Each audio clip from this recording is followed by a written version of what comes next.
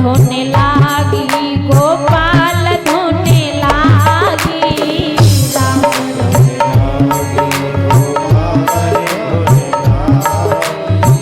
कहा करू राम मोए राम धोने लागी।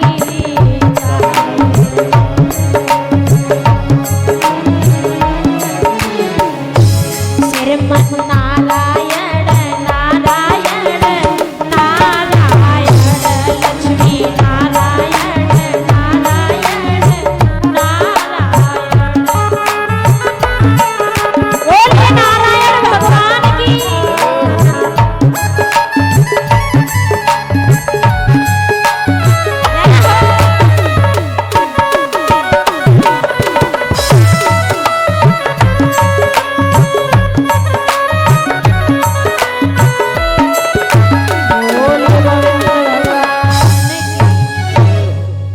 देवर्षि नारद नारायण नारायण कहते हुए बीड़ा को बजाते हुए जब कैलाश पर्वत पे पहुंचे तो भोले बाबा तो भगवान का भजन कर रहे हैं। भोले बाबा भगवान का भजन कर रहे हैं और पार्वती मैया सेवा में लगी हुई है। तो देवर्षि नारद ने पार्वती मैया से पूछा, देवी एक बात बताओ माता, एक बात बताओ, तुम्हारे पति तुमसे कुछ छुपात तो ना? और एक बात बताएं नवल दे मैया, याद रखना पुरुष कोई ना कोई बात छुपाता जरूर है, सब बात बताएगा नहीं। पुरुष कोई ना कोई बात ऐसी होगी जो अपने घर वाली से छुपाएगा। ये हम नहीं कह रहे, ये कथा कह रही है कि कोई ना कोई ऐसी बात अब पूछ लेना तुम घर जाके, कोई ना कोई बात ऐसी होगी जो छुपाई होगी। पार्वती मैया बोली बड़े अभिमान में, नाना बेटा मेरे भोले बाबा मोते कछु ना छुपा में सब बता देवे। क्या अच्छा क्या?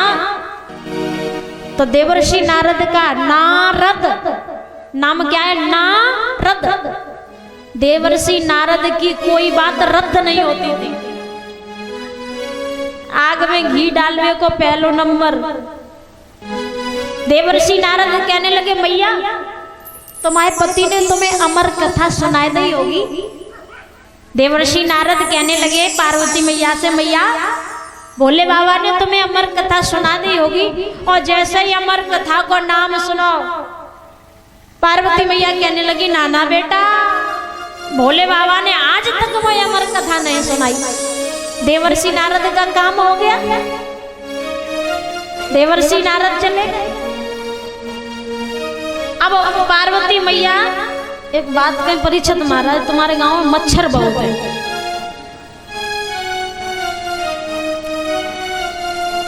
पार्वती मैया इंतजार देखने लगी कि कब भोले बाबा आंखें खोले, और जैसे ही भोले बाबा की समाधि खुली, पार्वती मैया कहने लगी, भोले बाबा मैं आज अमर कथा सुन के रहूंगी, आज मैं अमर कथा सुन के रहूंगी। भोले बाबा पूछने लगे, एक बात बताओ, का कैलाश पर्वत पे कोई आओ तो? भोले बाबा समझ गए कि काऊ को पानी रखो भयो है। पार्वती मैया कहने लगी, हाँ देवर्षि नारद आए थे। भोले बाबा समझ गए। अब पार्वती मैया जिद कर गई, और परीक्षित महाराज जब माताएं जिद कर जाएं तो पुरुषों की कभी चलती नहीं है, ना देवताओं के जमाने में चली, ना आजू के जमाने में चल रही है। अगर माताएं जिद कर जाएं तो कभी पुरुषों की चली नहीं है न के आगे। अगर नहीं मानोगे तो बोरिया बिस्तर समेट के पे घरे चली जाएंगे। तो परीक्षित महाराज अब भोले बाबा कहने लगे, देवी तुम्हें हम यहाँ पे तो अमर कथा नहीं सुना सकते, तुम्हें अमर कथा सुनने के लिए अमरनाथ की गुफा के लिए चलना पड़ेगा। अब भोले बाबा पार्वती मैया को लेकर के अमरनाथ में पहुंचे। परीक्षित महाराज